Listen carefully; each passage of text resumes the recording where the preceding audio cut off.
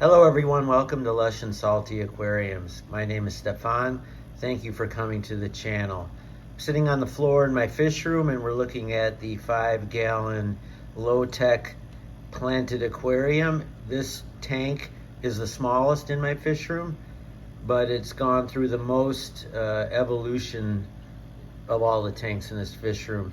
In that I have had my hands in this tank and I have tried numerous different things with mixed results. Nothing bad per se, but just it's been a number of very different iterations, this particular aquarium. It was a quarantine tank for a period. It was a grow out tank for my live bears, those red and black beauties from the tank that actually is right above this.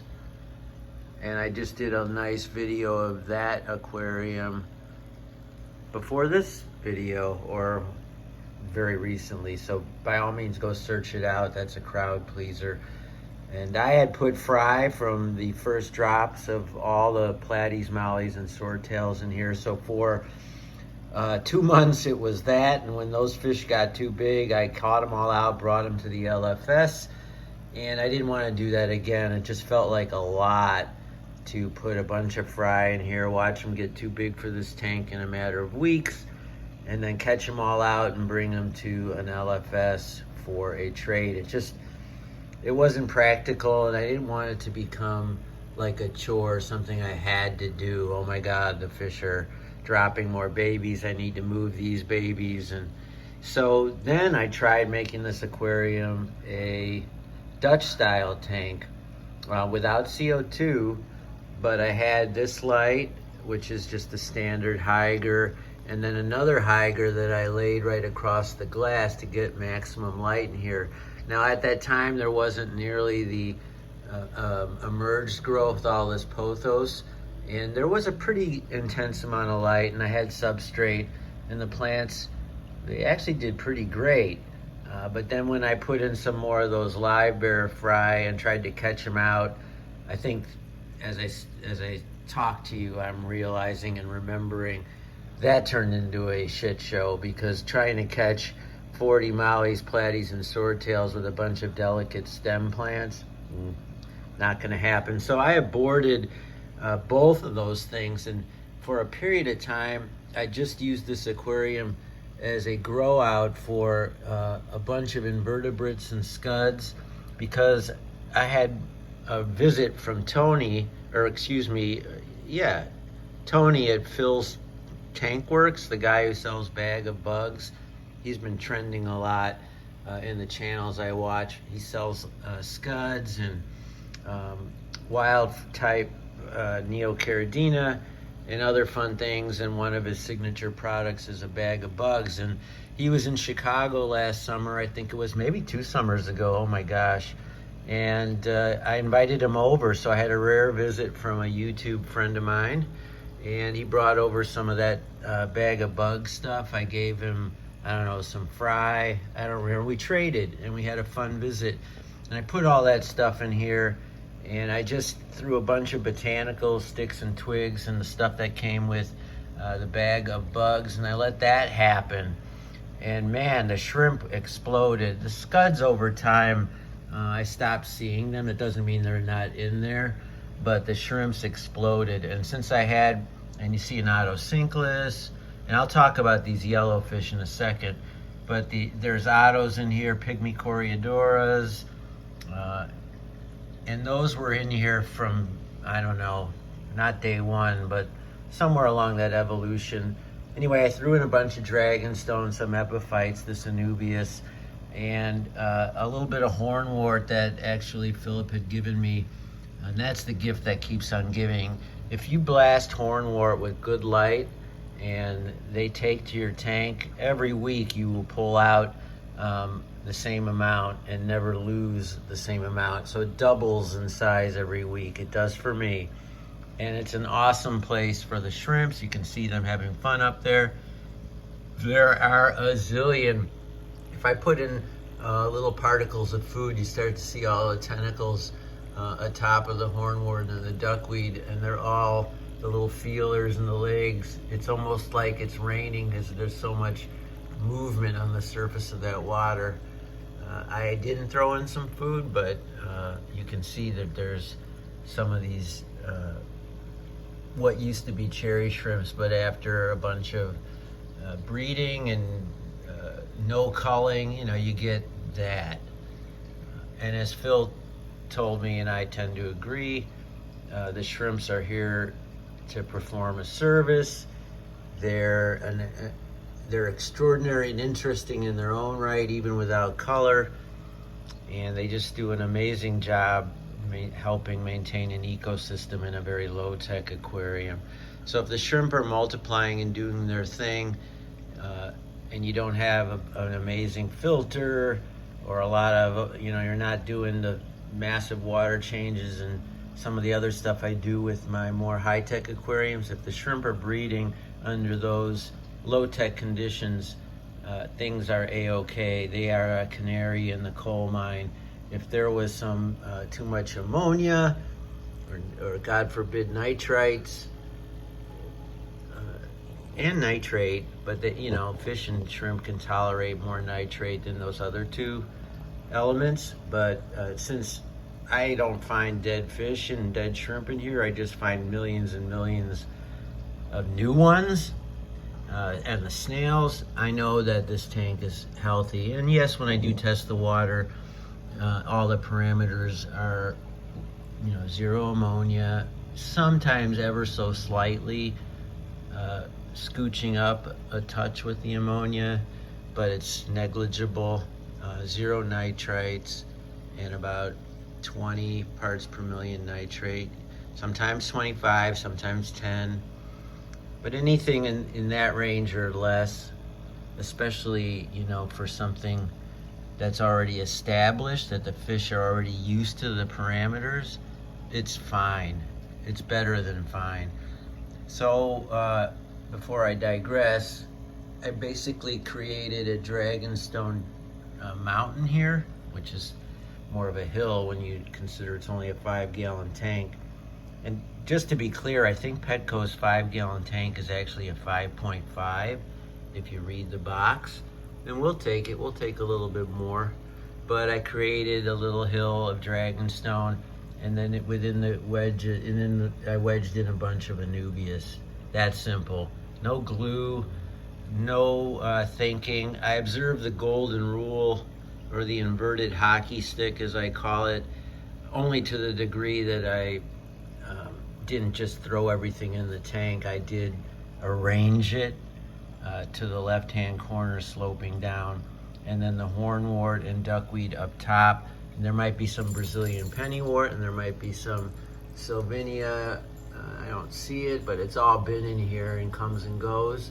And of course, the pothos, which at this point is climbing up, and it's merging with the pothos and things that I'm using in that tank. So how cool is that? It really helps soften the edge of any racking system. And you just mist it once a week and make sure you're watering the plants that are not putting their roots in your tank, and you'll be good to go. So finally, at last, these 4 gold endlers, I got at a green water swap 2 months ago, and they were very tiny, much smaller, 2 males and 2 females. I was told that they're a pure strain. They're not a hybrid of guppy. And the fellow that told me is generally, not generally, is a signature member of that organization and well respected in the community. And while I said there's nothing, amazing, or the kind of pedigree isn't remarkable, except for the fact that he said that this strain has been breeding true for decades, and that he had first got it from someone who was very closely associated with some of the first importers of Endler into United States of America. And why I got them from him, it isn't that there aren't more beautiful or remarkable Endlers, there are, but I wanted to have an Endler colony in here, and I knew it was only a 5-gallon tank, and I wanted to colony breed them and have the tank be able to tolerate, you know, a good amount of them before I had to do anything with them. And so their size and the fact that they are very true to their species, those things attracted me. Now the males are quite lovely, but they are only a half an inch, and I think that's full grown. That is small even for an Endler, and so that appealed to me, that they were super small, you know, least killifish small. I mean, that fat female, and I was so excited, and she's already dropped some fry. Now there's a shrimp, you have to be able to tell them apart, and they're up in here. I'm just gonna move the camera and you might see them rather than me. There's one. There's about, I don't know, I've seen 3 or 4, but I bet there's more. That's generally the case with guppies and Endlers. But she is about as big as they get, and that's not an inch. But they're a lovely gold, and they shimmer, and the males have that red and lime green, and they're exactly the same, right? So you're not just gonna get a hodgepodge from these babies. And if I do, I'll report that I do, but I don't think I will. Now, there's one Galaxy Risbora left in here. A couple died, a couple I moved, and I just left the one because I couldn't catch them out. And, you know, I didn't get the babies from the Galaxy Risboras or the Celestial Pearl Danios that I was hoping for. I hadn't really tried, but I thought I'd find some up here amongst all of that top growth, which would, you know, just a few, and I thought that would be exciting because I don't breed any fish in my fish room intentionally, and I'm not able to do that because of the nature of how I've set up all my aquariums, high-tech aquascapes. You might get incidental breeding, but it's not really feasible, especially in a community aquarium, to expect much breeding, and if you do get breeding, to expect the livestock to not turn into anything other than food for the fish. I get lucky in some tanks, and like a clown killie, a couple fry will grow up and join the colony. In the display tank in the dining room, I do have baby Plecostomus and some whiptails. So that's thrilling, and just like anyone in this hobby, after a minute, you want to start breeding, but I didn't want to turn this fish room into a breeding fish room because then I would have to seriously modify all the aquascaping, and if you really want to do it right, this would be too complicated. And you know, this to me is my lowest tech tank and least amount of complication. But people that breed, as you know, especially if you're one of them, you often just throw in a potted plant, a sponge filter, and that's it. You know, you worry about the water and the temperature, and then you start dealing with fry. I have a very simple sponge filter in here, not even the Aquarium Co-op iconic green one, just a sponge from back in the day. I haven't really addressed it in months. And I have a Petco heater that is set for 78. And I don't, you know, I check this thermometer, and I have the old school, the OG thermometer. And if the red line's in that green, then I'm fine. I don't worry about it past that. The Ottos seem fat and happy. You see their bellies. Now I have fatter ones than those, but clearly there's plenty of biofilm and algae in this aquarium. I've got every kind of snail in here, and I've got these baby Endlers, which I'm thrilled to finally have some babies. It couldn't be an easier fish to breed, as all of you know, but it doesn't diminish. There you are. Hey baby. It still doesn't diminish the thrill. That's what started me off in this hobby as a kid, seeing baby fish in my fish tank. And I caught the bug then, and that was seriously back in the day. There's a good shot of all 4 of these gold Endlers, these micro gold Endlers. That's the green water. So excuse me, there's a Pygmy Coreodora, Otocinclus. So you're getting a sense of what's in here. There is a longfin Plecostomus in here as well. people say this is too small of a tank. Well, I've been filming for 10 minutes and we haven't seen him yet, so it can't be that too small. He's able to find his little happy place and we haven't even seen him. So she looks like gonna be in a continuous baby maker mode for the rest of her life, probably. And maybe I don't have to get a single other purchased fish. I'll let this one Galaxy Rasbora live its happiest life.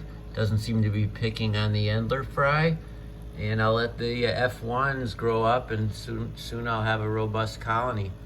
There's an Amano shrimp, by the way. You see all the other Neocaridina compared to the Amano.